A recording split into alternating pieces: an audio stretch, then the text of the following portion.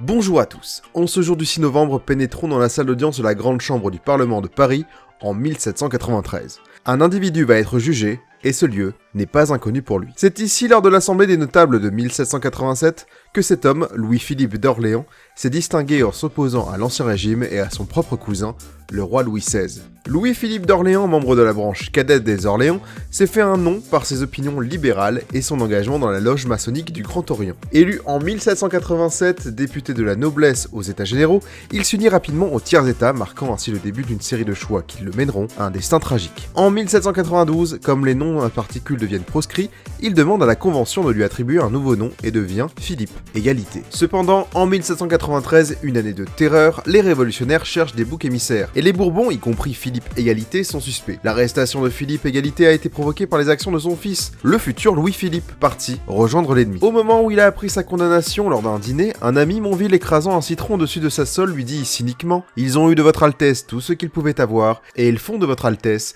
ce que je fais de ce citron dont tout le jus est exprimé. » avant de jeter ce dernier dans l'âtre de la cheminée. Le procès est une mascarade, les dés sont jetés bien avant que Philippe ne se présente devant ses juges. Le procureur Fouquier-Tinville a déjà prévenu le bourreau et le fossoyeur avant même le début du procès. Accusé de trahison et abandonné par ses anciens alliés, il fait face à un avenir sombre, un avenir qu'il avait autrefois contribué à forger pour les autres. Philippe Égalité était juge à ce moment-là et malgré son pouvoir de sauver son cousin, le roi Louis XVI, il n'eut pas le courage de le faire face à la pression populaire étouffante. En dépit de tout, Philippe Égalité montre une bravoure remarquable. Confronté à la guillotine, il accepte son sort avec sérénité, rejoignant dans la mort le cousin qu'il avait autrefois condamné. Une fin ironique pour un homme qui, par ses actions, a aidé à façonner la Révolution autant qu'elle l'a détruite.